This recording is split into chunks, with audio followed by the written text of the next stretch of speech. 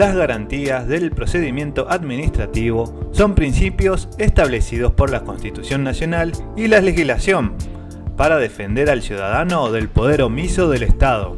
Sucede que muchas veces ese poder está en manos de un empleado público o un funcionario de rango menor que pretende que por estar detrás del mostrador ha sido bendecido por un poder omnipotente, una especie de gazalla como empleada pública.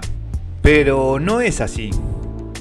Y justamente como no se respeta las garantías establecidas en la normativa, y justamente cuando no se respeta las garantías establecidas en la normativa que regula el procedimiento administrativo, el fruto de ese procedimiento, como el fruto del árbol maldito, cae. Veremos de lo que estamos hablando. Primero, el principio de igualdad, que está regulado en el artículo 16 de la Constitución Nacional como base para todas las cargas públicas. Significa que los procedimientos deben aplicarse a todos por igual, a hijos y entenados, solo haciendo las diferencias que la ley establece. Segundo, legalidad. Basado en el artículo 19 de la Constitución, ningún habitante de la nación será obligado a hacer lo que no manda la ley, ni privado de lo que ella no prohíbe. Es decir, que si no está en la ley, entendido como tal no solo el texto formal de ley, sino incluyendo sus decretos reglamentarios, un empleado no puede obligar al particular a presentar una documentación o a hacer algo distinto a lo que exige la norma. Muchas veces vemos que se piden cosas porque siempre se pidió, sin analizar si está requerido por alguna norma. Y eso está mal, aunque se venga haciendo. El tercer principio es la defensa del ciudadano ante el Estado. Esa defensa lo establece en el artículo 18 de la Constitución Nacional. Es sagrada e inviolable. En el procedimiento administrativo, el principio de defensa se cristaliza en la participación del ciudadano en la formación de la decisión que se tome. Ser parte del procedimiento significa que no se tome una decisión sin ser escuchado ni poder alegar su derecho. Tener la posibilidad de recurrir en sede administrativa una decisión de la que no está de acuerdo por considerarla violatoria de su derecho o por no haber seguido el procedimiento formal regulado, estamos hablando de los recursos administrativos que vimos. Y por último, tener la posibilidad de acudir ante la justicia cuando se haya acabado la instancia administrativa o incluso antes en los casos en los que el Código Contencioso Administrativo lo autoriza. El cuarto principio es la ordenanza del procedimiento. Se basa en el artículo 28 de la Constitución, que establece que ninguna reglamentación puede contradecir las normas que establece la Constitución y las leyes que en su consecuencia se dicte. Las decisiones deben estar basadas en hechos concretos y basada en la aplicación objetiva y racional de las normas y no ser arbitrarias, caprichosas y antojadizas. Actuar con imparcialidad y objetividad, es decir, coherencia. Este principio está asociado a la proporcionalidad de la decisión sobre los actos que se dicten. Uno de los aspectos fundamentales del procedimiento administrativo es el de su carencia de formas estrictas, o sea, su informalismo. El informalismo a favor del administrado es un principio que se encuentra en los artículos 69, 72, 75 y 88 de la Ordenanza General 267/80. Es solo el beneficio del administrado y no de la administración pública que debe realizar todos sus actos con el mayor formalismo, justamente en garantías de los derechos del administrado. Recuerden que una falla en el procedimiento puede invalidar un acto, pero una falla en un escrito de un administrado siempre puede ser subsanado con posterioridad y el funcionario actuante puede y debe ayudar a éste a expresarse y a utilizar los medios administrativos para satisfacer sus requerimientos legítimos sin que ello viole otro principio como el de igualdad ante la ley. El informalismo a favor del administrado no cubre, en cambio, el incumplimiento de los plazos procesales para recurrir y fundar los recursos administrativos, pero sí para evitar formalidades. El procedimiento judicial incumbe a las partes impulsar el expediente. En el procedimiento administrativo, es el Estado el que insta el procedimiento hasta alcanzar una decisión administrativa final que resuelva correcta y oportunamente la solicitud del administrado. Si bien el procedimiento puede ser iniciado de oficio o a petición de parte, la impulsión de este corresponde en todos los casos a la administración. Ello es así porque la actuación de los órganos administrativos no debe satisfacer simplemente un interés individual, sino también un interés colectivo y el propio interés administrativo. De allí que la inacción del administrado, solo en casos excepcionales, pueda determinar la caducidad del procedimiento.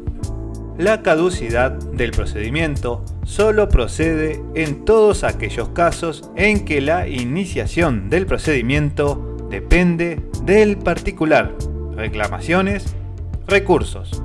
En estos casos es evidente que el impulso inicial lo provee el particular, pero con la aprobación de toda la documentación que haga a su derecho, sin la cual no es posible tomar una decisión.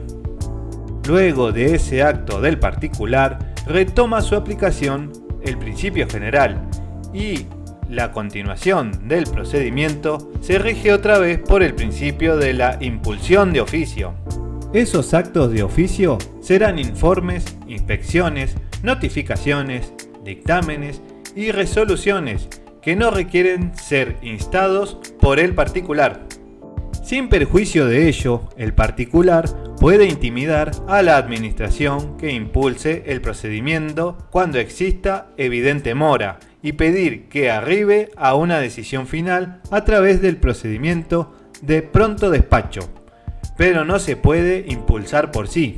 Todo proceso debe terminar en una decisión buena o mala para el administrado, pero no con un expediente cajoneado o enviado al archivo sin resolver. Pero cuando una petición del administrado carece de la documentación elemental para resolver y a pesar de habérsele requerido su presentación, no lo ha hecho durante el plazo de 6 meses sin que en ello haya culpa de la administración, corresponde que se declare por acto administrativo la caducidad del procedimiento. No se archiva el expediente sin notificar ese acto y reservar las actuaciones durante el plazo que le corresponda para recurrir la caducidad.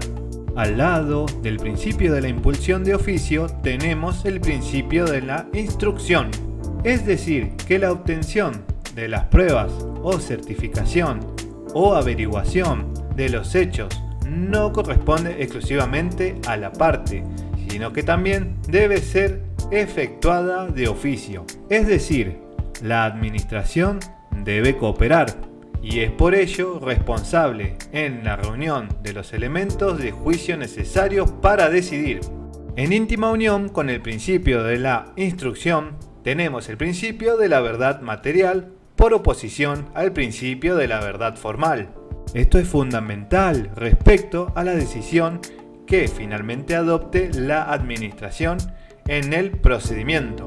Mientras que en el proceso civil el juez debe necesariamente constreñirse a juzgar según las pruebas aportadas por las partes, verdad formal, en el procedimiento administrativo el órgano que debe resolver está sujeto al principio de la verdad material y debe, en consecuencia, ajustarse a los hechos, prescindiendo de que ellos hayan sido alegados y probados por el particular o no. Por ejemplo, hechos o pruebas que sean de público conocimiento, que estén en poder de la administración por las circunstancias, que estén en expedientes paralelos o distintos, que la administración conozca de su existencia y que pueda verificarlos, deben ser tomados en cuenta para resolver aun cuando el administrado no los haya aportado. Si la decisión administrativa no toma en cuenta estos hechos y documentos, su acto estará viciado por esa sola circunstancia. El principio de celeridad, economía y eficacia significa que deben evitarse complicados, costosos o lentos trámites administrativos, burocráticos que dificulten el desenvolvimiento del expediente. Pero es necesario destacar que este principio es secundario respecto del principio del informalismo en favor del administrado y que debe ser interpretado en forma congruente con él. No podrá, pues, disponer una aceleración, simplificación o economía procesal que impliquen hacer riguroso el procedimiento o perjudicar al administrado en su defensa. Solo cuando se haya realizado las etapas sustanciales del procedimiento y satisfecho plenamente la defensa del interesado, cabe a la autoridad resolver rápida y simplemente. Pero si los hechos no han sido debidamente aclarados o no ha habido suficiente oportunidad de defensa, entonces, evidentemente, este principio no son de aplicación y debe procederse cuidadosamente a producir la prueba necesaria. Criterios que hacen a la aplicación de este principio son evitar pases de expedientes sin sentido, al solo efecto informativo o en forma sucesiva, cuando puede oficiarse a las distintas oficinas para recibir los informes para agregar al expediente en un solo acto. La Ordenanza General 267/80 establece plazos máximos para cada etapa procesal que deben cumplirse bajo sanción del funcionario o empleado cuya demora sea de su responsabilidad. También los distintos procedimientos especiales lo hacen. En los circuitos administrativos establecidos por Decreto 2239/21, se ordena a las distintas dependencias municipales que encuadren su actuación en los plazos previstos para evitar dilaciones en la resolución de los expedientes.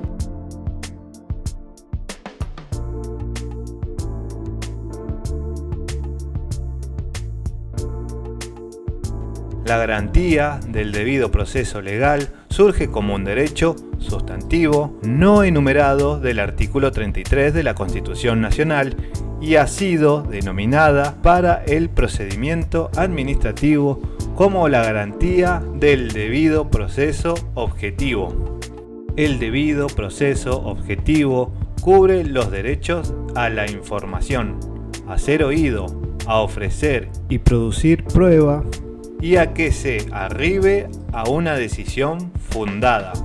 El derecho al acceso a la información significa que el administrado debe tener acceso al expediente y a que se le dé vista sin ningún tipo de restricción ni formalismo. La vista se pide y se otorga sin necesidad de un pedido por escrito, así como también toda norma que esté en poder del Estado. El derecho a ser oído significa que el administrado pueda ejercer su derecho de defensa. en cada una de las etapas del procedimiento, de exponer las razones de sus pretensiones y defensas antes de la emisión de actos que se refieren a sus derechos subjetivos o intereses legítimos, imponer recursos y hacerse patrocinar y representar profesionalmente. Cuando una norma expresa permita que la representación en sede administrativa se ejerza por quienes no sean profesionales del derecho, el patrocinio letrado será obligatorio en los casos en que planteen o debatan cuestiones jurídicas. El derecho a ofrecer y producir prueba también deriva de este principio.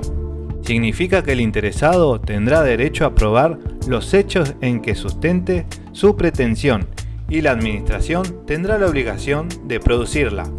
Por consiguiente, se afecta el derecho de defensa cuando los plazos para presentar pruebas son muy breves, porque aun cuando no corresponda la instrucción de un sumario, no se puede preparar el descargo en solo 24 horas. El derecho a una decisión fundada significa que los actos administrativos que resuelvan una cuestión deben estar motivados con una relación concreta de los hechos probados. El derecho aplicable para la toma de la decisión y la formulación lógica da por resultado la parte resolutiva. Así, la fundamentación debe ser concreta en los considerando y no meras formulaciones usuales sin sentido. El acto administrativo no fundado es nulo y atacable por vía recursiva, administrativa y judicial. Gracias por su atención.